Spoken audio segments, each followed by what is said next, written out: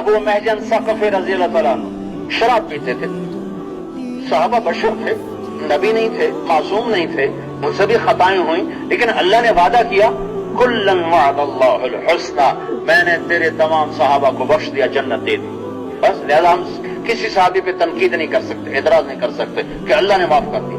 شراب کی عادت تھی, ہر دفعہ کوڑے کھاتے پھر پیتے, کوڑے کھاتے پھر پیتے, اور جنگ میں شریک ہیں, ان کو گھر نہیں بھیجا, میدان جہاد میں شراب پی رہے ہیں, کوڑے کھا رہے ہیں, لڑ رہے ہیں.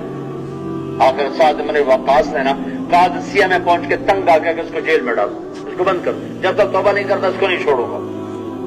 قادسیہ کی جنگ نے ایران کا فیصلہ کیا. جنگ 9 دن چلی ہے, 9 دن, ایک جنگ کا دن ہے, اور روم ایرانیوں نے صحابہ کو اکھاڑ دیا, اور یہ اکھڑتے پیچھے آ رہے ہیں. تو یہ دروازے سے دیکھ رہے ہیں کہ مسلمانوں کے قدم اکھڑ رہے ہیں, یہ بے ماہی بے آب کے مچھلی پانی کے بغیر تڑپ رہے, کیا کرو. اتنے میں حضرت سلمہ گزری.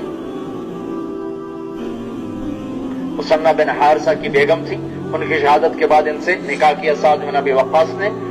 کہنے لگے سلمہ میری بیڑیاں کھول دے, یہ دروازہ کھول دے, مجھے ساتھ کا گھوڑا دے دے, تلوار اس کے ڈھال دے دے, میں اگر شہید ہو گیا تو ان سب کی جان چھوڑ جائے گی مجھ سے, اور اگر میں بچ کے آ گیا تو یہیں آ کے بیڑیاں پہن کے بیٹھ جاؤں گا. وہ کہنے کہ میں تو نہیں کرتی. ساتھ کو پتا چلا تو مجھے سزا دیں گے, ناراض ہوں. وہ چل پڑی تو کفا حسنا ان تتقی الخیل بالقضا واترک مشدودا علی وفا کیا, میرے تب کے لیے اتنا ہی کافی ہے کہ حق و باطل ٹکرا رہے ہیں اور میں بیڑیوں میں بندھا ہوا بیٹھا ہوں.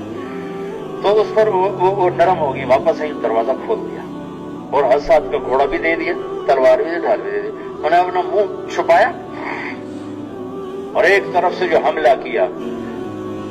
اب پہلے لشکر کی تعداد سنو, صحابہ تھے 30,000 اور ایرانی تھے 3 لاکھ. 3,30,000 میں ایک آدمی کیا کرے گا, وہ نظر کیسے آئے گا. لیکن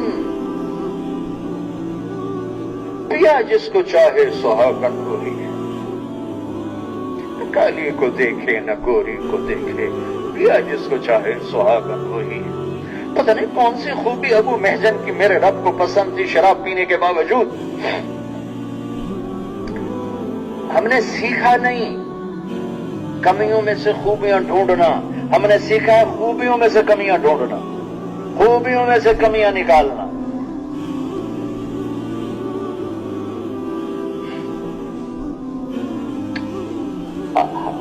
ایک طرف سے جو حملہ کیا ہے, کھلبلی مچ گئی, کھلبلی.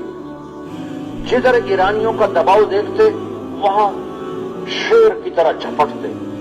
اکیلے آدمی نے ایرانیوں کے دباؤ کو روک دیا, یہاں تک کہ رب ذوالجلال کی قسم سارے لشکر میں ایسے بجلی کی طرح بات پھیل گئی. اللہ نے فرشتہ بھیج دیا, چہرہ چھپا ہوا ہے, نظر نہیں آ رہا, اور رفتار بجلی ہے, آواز میں کڑک ہے, تلوار میں تیزی ہے, کاٹ بے خطا ہے. کون ہے فرشتہ, کیونکہ جدھر جاتے تھے کائی کی طرف دشمن چھڑ جاتا تھا. اکیلے شخص نے 3 لاکھ کے مجمع کو روک کے پھر پیچھے ہٹا. 30,000 بھی ساتھ ہیں, اور یہاں تک کہ ایرانی مغلوب ہوتے چلے گئے اور صحابہ غالب آتے چلے گئے. اس دن جنگ کا فیصلہ نہیں ہوا, لیکن شکست سے بچ گئے اور بغیر کسی نتیجے کے میدان سے واپس لوٹے. لیکن جنگ ختم ہونے سے پہلے گھوڑے کو نکالا. ہاں, سعد بن ابی وقاص بیمار تھے اور قلعے کی چھت پر تھے, اور وہاں سے پرچیوں پر لکھ کر نیچے آرڈر بھیجتے, سوار آرڈر آگے پہنچا تھا. تو جب ایک دم وہ نمایاں ہوئے حملوں میں, 30,000 جمع 3 لاکھ میں وہ اتنے نمایاں ہوئے کہ ساتھ کہنے لگے یہ کون ہے, جدھر جاتا ہے کھلبلی مچ جاتی ہے, پاسا پلٹ دیتا ہے. یعنی کہ ہے گھوڑا تو میرا لگتا ہے, لیکن وہ تو استقبل میں کھڑا ہوا. پھر اور سے دیکھا, کہنے لگے ہیں یہ حملے کا انداز تو ابو محجن کا لگتا ہے, پر وہ تو قید میں پڑا ہوتا ہے, یہ کون ہے.